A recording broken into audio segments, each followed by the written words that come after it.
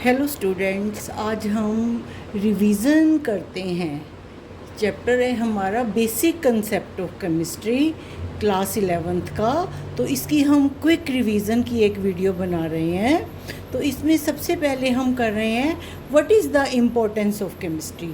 Chemistry की क्या importance है? तो फर्स्ट है एग्रीकल्चर एंड फूड।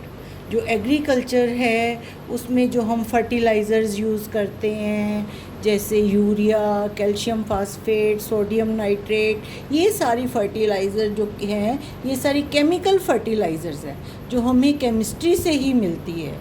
इसके बाद एग्रीकल्चर में मान लो कोई कीड़ा लग जाता है, फंगस लग जाती है, तो उसके लिए हम जो इंसेक्टिसाइड्स यूज़ करते हैं या फंजीसाइड्स यूज़ करते हैं, पेस्टिसाइड्स यूज़ करते हैं, वो सभी हमें केमिस्ट्री से मिलते हैं।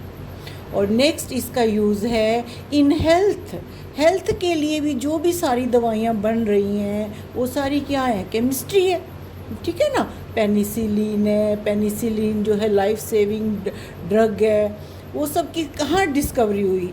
हेल्थ के लिए जो भी दवाइयाँ यूज़ हो रही हैं या वो सब केमिस्ट्री है ना। केमिस्ट्री के हिसाब से बनती हैं वो, उसमें कौन सा कंपाउंड है, कितना डालना है ना, ये सब क्या है? केमिस्ट्री है।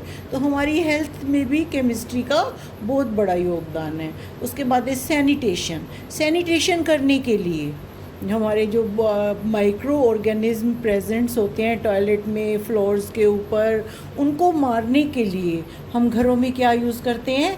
फिनाइल का यूज़ करते हैं। तो वो फिनाइल क्या है? डिसइंफेक्टेंट है, और वो क्या है? केमिस्ट्री का ही एक पार्ट है। नेक्स्ट है अगर हमने सेविंग द एनवायरनमेंट, तो केमिस्ट्री जो है वो हमारे एनवायरनमेंट को भी सेव कर रही है। जैसे हम पेट्रोल और डीजल की जगह क्या यूज़ कर रहे हैं? सीएनजी यूज़ कर रहे हैं। तो सीएनजी क्या है? Compressed natural gas. तो ये भी एक केमिस्ट्री का पार्ट है। और इंडस्ट्री में भी इसकी बहुत सारी एप्लीकेशंस हैं। बहुत सारी डाइज़ बनाती हैं, अल्कलीज बनाती हैं, फर्टिलाइज़र्स बनते हैं, साल्ट बनते हैं, पॉलीमर बनते हैं, सोप्स बनते हैं, डिटर्जेंट्स बनते हैं। इन सब की इंडस्ट्री जो है वो किसके ऊपर बेस्ड है? केमिस्ट्री पर बेस्ड है। तो ये थी इम्पोर्टेंस ऑफ केमिस्ट्री, ठीक है। आगे हम तुम्हें बताते हैं, आगे हम केमिस्ट्री के बारे में पढ़ेंगे। जैसे व्हाट इज़ मैटर। पहले हम मैटर के बारे में पढ़ते हैं। तो मैटर क्या है?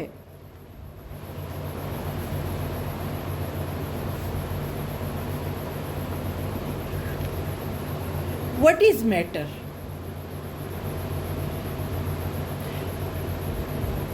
कोई भी चीज़ है। Matter is, what is matter? Anything which has mass and occupies space is called matter. Matter की डेफिनेशन में क्या लिखेंगे?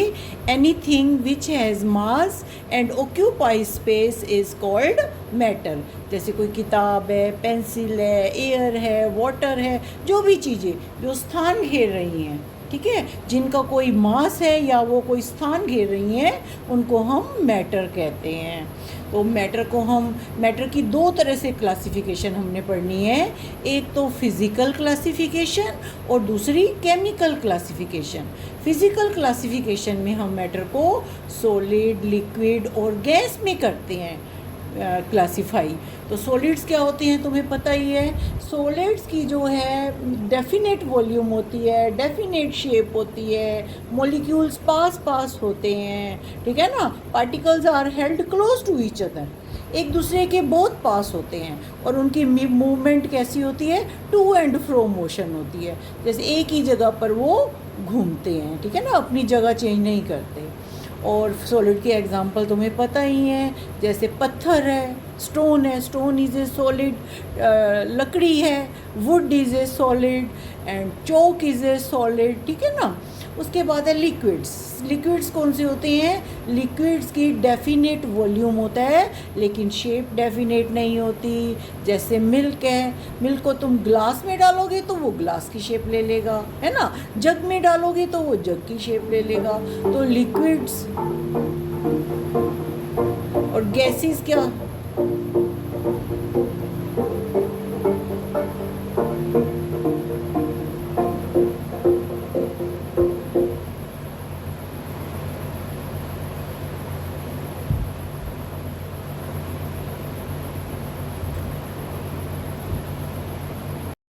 नेक्स्ट हम पढ़ रहे हैं क्लासिफिकेशन ऑफ मैटर। मैटर को हम दो तरह से क्लासिफाई कर सकते हैं। पहला है फिज़िकल क्लासिफिकेशन, दूसरा है केमिकल क्लासिफिकेशन। फिज़िकल क्लासिफिकेशन में मैटर को हम सॉलिड, लिक्विड और गैस में क्लासिफाई करते हैं, और केमिकल क्लासिफिकेशन में जो है प्योर सब्सटेंस एंड मिक्सचर्स, इनमें क्लासिफाई करते हैं। तो तुमने छोटे बच्चों तुमने शुरू से ही पढ़ रखा है सॉलिड, लिक्विड और गैस में क्या डिफरेंस होता है। तो सॉलिड में जो पार्टिकल्स होते हैं they are very close to each other, liquid में particles are close to each other but they can move. Particles तो क्लोज होते हैं लेकिन सॉलिड से कम क्लोज होते हैं और वो मूव कर सकते हैं। और गैसेस के पार्टिकल्स बहुत दूर दूर होते हैं, the particles are far apart as compare to the solid और लिक्विड। तो सॉलिड्स में जो पार्टिकल्स होते हैं वो इतने पास पास होते हैं कि they can do to and fro motion, वो टू एंड फ्रो मोशन कर सकते हैं। लिक्विड फ्लो कर सकते हैं और गैसेस भी फ्लो कर सकती हैं, और गैसेस की मूवमेंट तो बहुत फास्ट होती है। Solids have definite volume, liquids have definite volume, gases do not have definite volume. Solids have definite shape, liquids do not have definite shape, and gases also do not have definite shape. तो ये difference जो है हमारा solid, liquid और gas का है। अब chemical classification में क्या है? केमिकल क्लासिफिकेशन में मैटर को हम टू टाइप से डिवाइड कर सकते हैं, pure substance and mixture. Pure substance कौन कौन से हैं? प्योर सब्सटेंस हैं एलिमेंट और कंपाउंड। एलिमेंट और कंपाउंड दोनों ही प्योर सब्सटेंस है। एलिमेंट में एक ही टाइप के पार्टिकल होते हैं और कंपाउंड में दो या दो से ज़्यादा टाइप के पार्टिकल्स भी होते हैं। तो एलिमेंट का एग्जांपल है gold, copper, silver, hydrogen, oxygen, मतलब एक ही टाइप के एटम्स हैं उनके अंदर। लेकिन कंपाउंड कैसे बनता है? कंपाउंड बनता है दो या तीन एलिमेंट्स को मिला करके उनकी केमिकल कम्बिनेशन से जो न्यू सब्सटेंस बनता है। तो compound is defined as a pure substance containing two or more elements combined together in a fixed ratio। और वो न्यू सब्सटेंस होता है, वो उसकी प्रॉपर्टीज़ जो है जिन एलिमेंट से वो मिलकर बना हुआ है उनसे डिफरेंट होती हैं। फॉर एग्ज़ाम्पल जो वाटर है, water is a compound but water is a compound, और वो किससे मिलकर बना है? हाइड्रोजन और ऑक्सीजन से। हाइड्रोजन भी एलिमेंट है, ऑक्सीजन भी एलिमेंट है, दोनों से मिलकर के वाटर बना है, तो वाटर इज़ ए कंपाउंड। अब दोनों हाइड्रोजन और ऑक्सीजन जब 1:8 की रेशो में कंबाइन करते हैं तो वो वाटर बनाते हैं, और इसके वाटर जो है केमिकल कम्बिनेशन से बनता है, इट इज़ ए कंपाउंड। इसी तरह से बहुत सारे कंपाउंड्स हैं। शुगर भी एक ग्लूकोज भी एक कंपाउंड है, और कैल्शियम कार्बोनेट भी एक कंपाउंड है, क्योंकि इसके अंदर 3 टाइप्स के एटम्स हो गए ना, कैल्शियम भी हो गया, कार्बन भी हो गया, ऑक्सीजन भी हो गया, तो calcium carbonate is a compound. ठीक है। तो मिक्सचर क्या है? मिक्सचर में कोई भी 2 या 3 एलिमेंट्स हैं या कंपाउंड्स हैं, वो ऐसे ही केमिकली कंबाइन नहीं हुए, वो ऐसे ही रखे हुए हैं in any proportion, that is called a mixture. For example milk and oil, milk के अंदर तुमने ऑयल डाल दिया, that is a mixture. Water के अंदर शुगर डाल दी, that is a mixture in any proportion. And compounds are of 2 types. पहला तो है इनऑर्गेनिक कंपाउंड्स और ऑर्गेनिक कंपाउंड्स। इनऑर्गेनिक कंपाउंड्स कौन से होते हैं? जो इनऑर्गेनिक पार्टिकल्स से मिलकर के बने हैं। The compounds which are made from non living sources, rocks, minerals, इन सब से मिलकर बनते हैं ना, उनको हम इनऑर्गेनिक कंपाउंड्स कहते हैं। और ऑर्गेनिक कंपाउंड्स क्या होते हैं? जो प्लांट्स और एनिमल से मिलकर बनते हैं, और उसके अंदर कार्बन ज़रूर होता है as a constituent particle. Example है कार्बोहाइड्रेट्स, प्रोटीन्स, ऑयल्स। ये कार्बन वाले कंपाउंड्स को ऑर्गेनिक कंपाउंड कहते हैं। ठीक है ना। कार्बन कंटेनिंग कंपाउंड्स को ऑर्गेनिक कंपाउंड्स कहते हैं, और इनऑर्गेनिक कंपाउंड्स कार्बन को छोड़ करके बाकी जो एलिमेंट्स हैं जो कंपाउंड बना रहे हैं वो सारे इनऑर्गेनिक कंपाउंड्स हैं। जैसे उसके बाद है मिक्सचर। मिक्सचर्स भी टू टाइप्स के हैं, होमोजीनियस मिक्सचर, हेट्रोजीनियस मिक्सचर। तो होमोजीनियस मिक्सचर क्या होते हैं? जिनकी कंपोजिशन यूनिफॉर्म होती है। फॉर एग्जांपल वाटर के अंदर हमने शुगर डाल दी तो उसमें सभी पार्टिकल्स एक जैसे हैं, यूनिफॉर्म कंपोजिशन है, तो कोई अलग अलग हमें दिखाई नहीं दे रहा कि चीनी अलग दिखाई दे रही है, वाटर अलग दिखाई दे रहा है, तो वो होमोजीनियस मिक्सचर है। A mixture is said to be homogeneous if it has uniform composition throughout and there are no visible boundaries of separation between the constituents. Example है इसका sugar solution. Next है heterogeneous mixture. हेट्रोजीनियस मिक्सचर क्या होते हैं? जिनमें particles अलग अलग दिखाई देते हैं। जैसे हमने वाटर के अंदर सैंड को डिज़ोल्व कर लो तो तुम्हें सैंड अलग दिखाई देगी, वाटर अलग दिखाई देगा। तो और या नमक के अंदर आयरन डाल दो तो आयरन अलग दिखाई देगा, साल्ट तुम्हें अलग दिखाई देगा।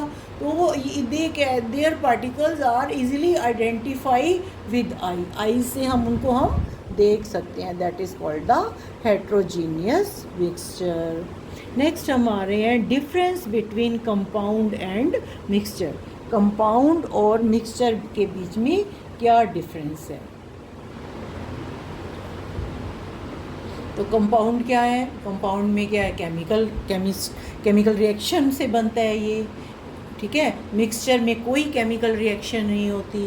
कंपाउंड में जो है elements are present in fixed ratio, और मिक्सचर में क्या एलिमेंट्स और compounds are in any ratio, किसी भी रेशो में हो सकता है।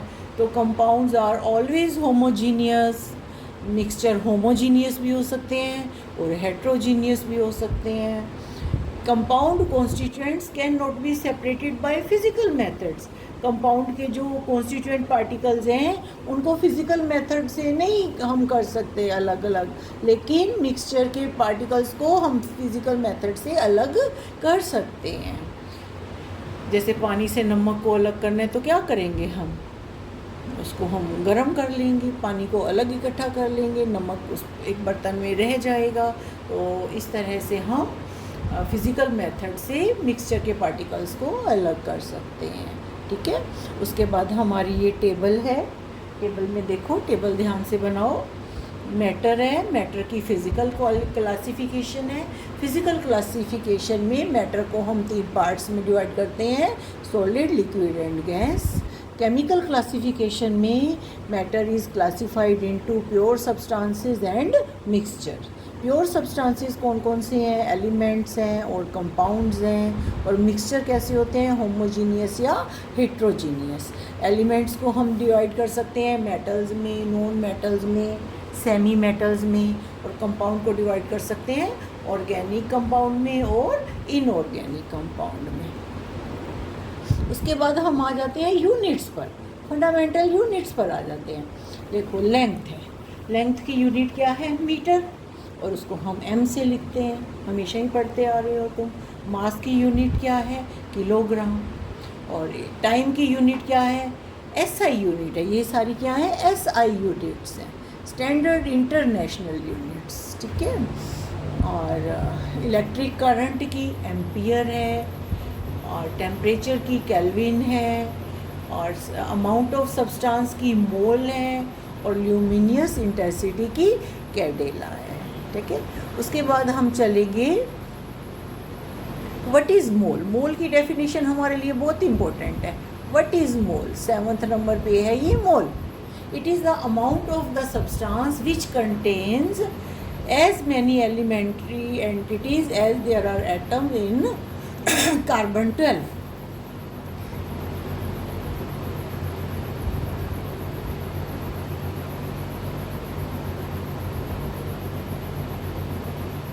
नेक्स्ट है मास एंड वेट। मास और वेट के बीच में तुम्हें डिफरेंस पता होना चाहिए।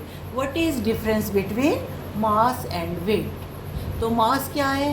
मास को हम, mass of a substance is constant, It is the mass of a substance is the amount of matter present in it.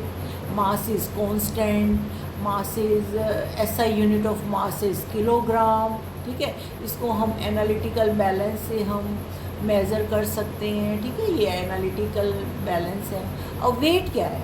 Wait एक तरह की फोर्स है. What is weight? Weight is a force exerted by gravity on an object. जो पृथ्वी है वो किसी वस्तु को जिस फोर्स से अपनी तरफ खींच रही है, दैट इज़ वेट. ठीक है, weight is a force exerted by gravity. Gravity की फोर्स है ये, अर्थ लगा रही है.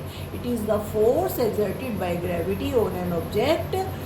वेट ऑफ ए सब्सटेंस में vary from one place to another due to change in gravity. जैसे हमारा अर्थ पे जो वेट होता है, चंद्रमा पर, मून पर उसका 1/6 वेट होता है.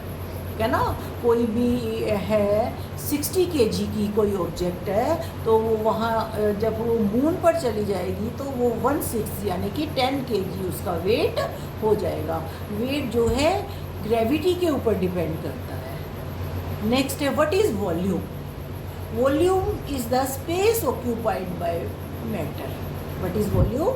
Volume is the space occupied by matter. तो वॉल्यूम को हम किस में मापते हैं? वो लीटर्स में मापते हैं. वॉल्यूम को किस में मापते हैं? लीटर्स में. 1 litre is equal to 1000 ml. और ml को हम सेंटीमीटर, क्यूबिक सेंटीमीटर भी लिख सकते हैं. ml को हम क्यूबिक सेंटीमीटर भी लिख सकते हैं. तो वॉल्यूम को हम किससे मेज़र करते हैं? ब्यूरेट से, पीपेट से, सिलेंडर से. और सबसे बड़ी बात है, दूध वाला जो हमें दूध लेकर के जाता है वो भी वॉल्यूम को मेज़र करता है. तो उसका जो दूध मापने वाला जो बर्तन होता है वो वॉल्यूम को मेज़र कर रहा है, दूध के वॉल्यूम को मेज़र कर रहा है. लेकिन हम केमिस्ट्री लैब में वॉल्यूम को किससे मेज़र करते हैं?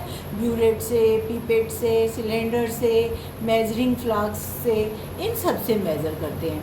तो ये क्या है? ब्यूरेट है, ये पीपेट है. ब्यूरेट के से हम कितना 50 तक मेज़र कर सकते हैं. वैसे ब्यूरेट में ये वाली ब्यूरेट तो 20 ml मेज़र करने के लिए है. वैसे हमारे पास 50 ml की ब्यूरेट भी होती है. उसके बाद है पीपेट. पीपेट से 25 ml एग्जैक्ट मेज़र कर सकते हैं.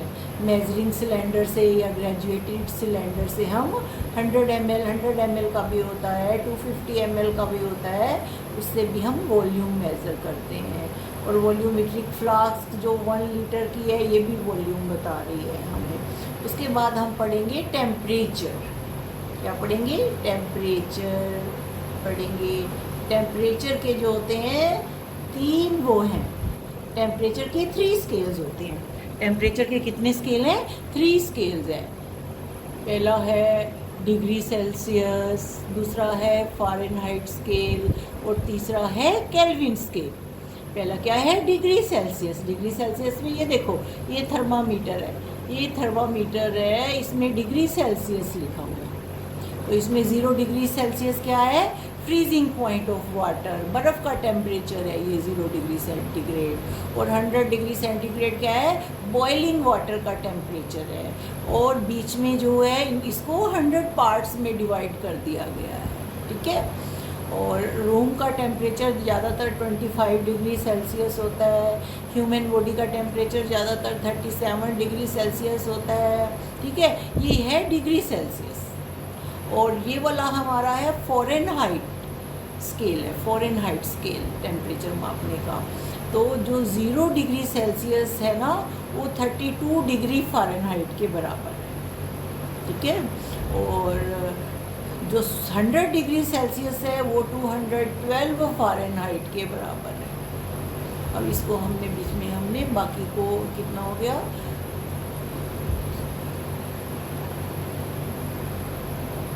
180 पार्ट्स में डिवाइड कर दिया है.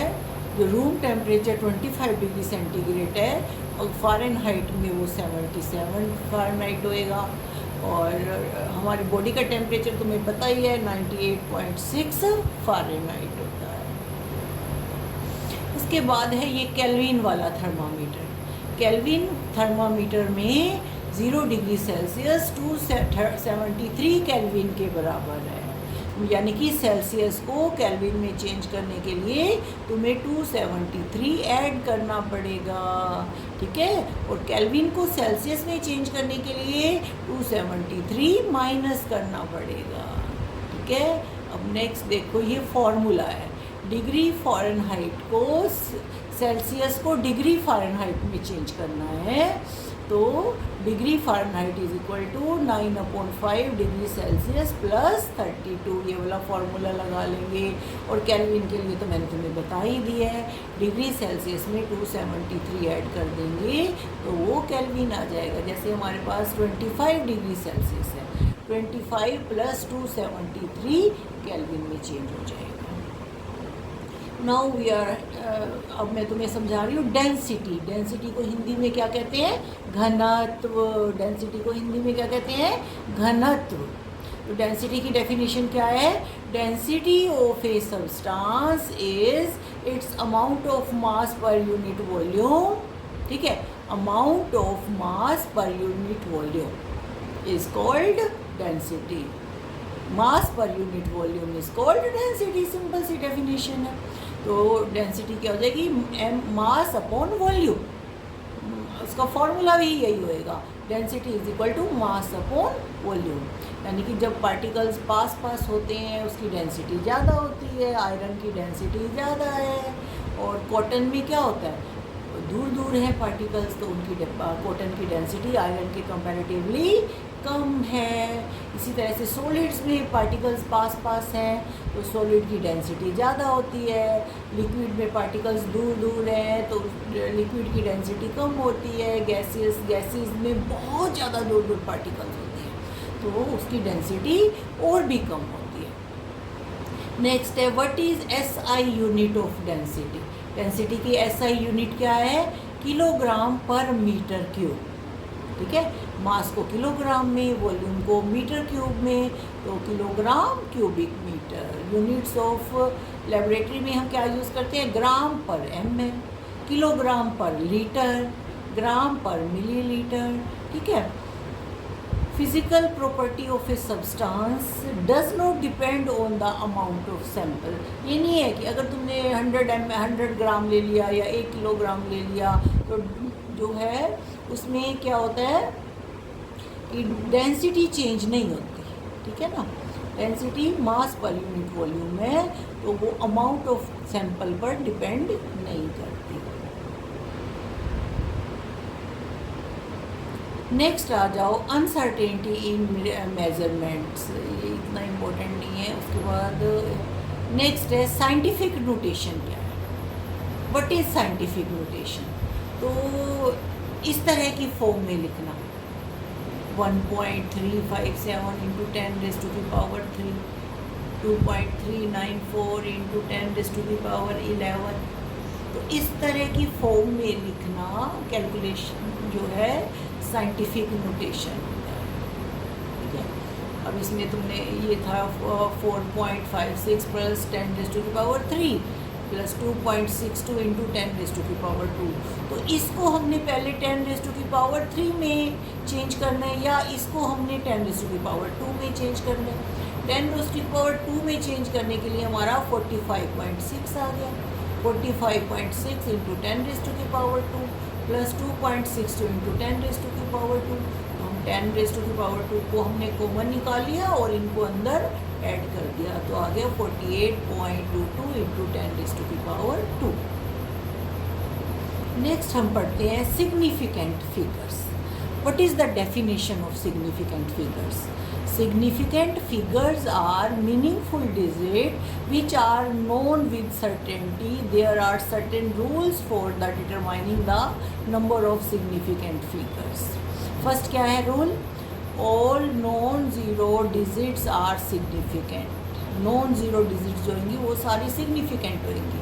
जैसे 285 है तो इसमें कितनी significant figures हैं? 3 significant figures हैं। And in 0.25 there are 2 significant figure, क्योंकि इससे पहले ज़ीरो है। जो नॉन ज़ीरो से पहले ज़ीरो आया हुआ है इसको हम काउंट नहीं करेंगे, तो इसमें जो है 2 सिग्निफिकेंट फिगर है। zeros preceding to first known zero digits are not significant figure. मतलब अगर 3 है, 3 से पहले 2 ज़ीरो है तो ये सिग्निफिकेंट नहीं है, तो इसमें एक ही सिग्निफिकेंट फिगर है 0.0052. 52 से पहले ज़ीरोज़ हैं, ये सिग्निफिकेंट नहीं है, तो 2 सिग्निफिकेंट फिगर्स हैं इसमें. Zeros between 2 non zero digits are significant. तो नॉन ज़ीरो डिजिट्स है और उसके बीच में अगर ज़ीरो आ रही है, जैसे 2 और 5 के बीच में ये 2 ज़ीरो आ रही हैं, तो ये सिग्निफिकेंट है. Has 4 significant figures. Zeros at the end of the right of a number are significant. जो किसी नंबर की राइट साइड पे ज़ीरोज़ आती हैं वो सिग्निफिकेंट होती हैं. फॉर एग्ज़ाम्पल 2.200 है, तो 2 के बाद जो ज़ीरो आई है ये सिग्निफिकेंट है. 3 सिग्निफिकेंट फिगर्स हैं इसकी.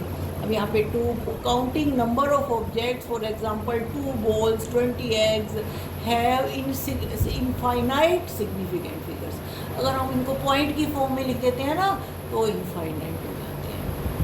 Now addition and subtraction of significant figures. Addition करेंगे 3.52, 2.3, 6.24, इनका हम एडिशन कर रहे हैं, लेकिन हमने पॉइंट कैसे लगाना है, जो इसमें इन एडिशन और subtraction number having different precision the final result should be reported to the same number of decimal as in having the least number of decimal places. अब इसमें मिनिमम क्या है, 2 सिग्निफिकेंट फिगर्स है ना.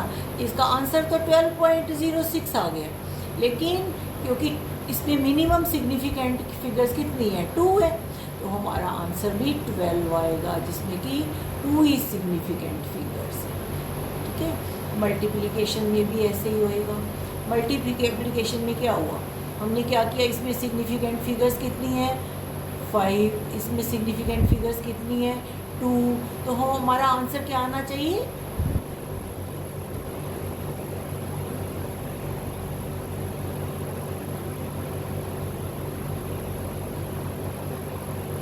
इसमें देखो 3 है सिग्निफिकेंट फिगर्स.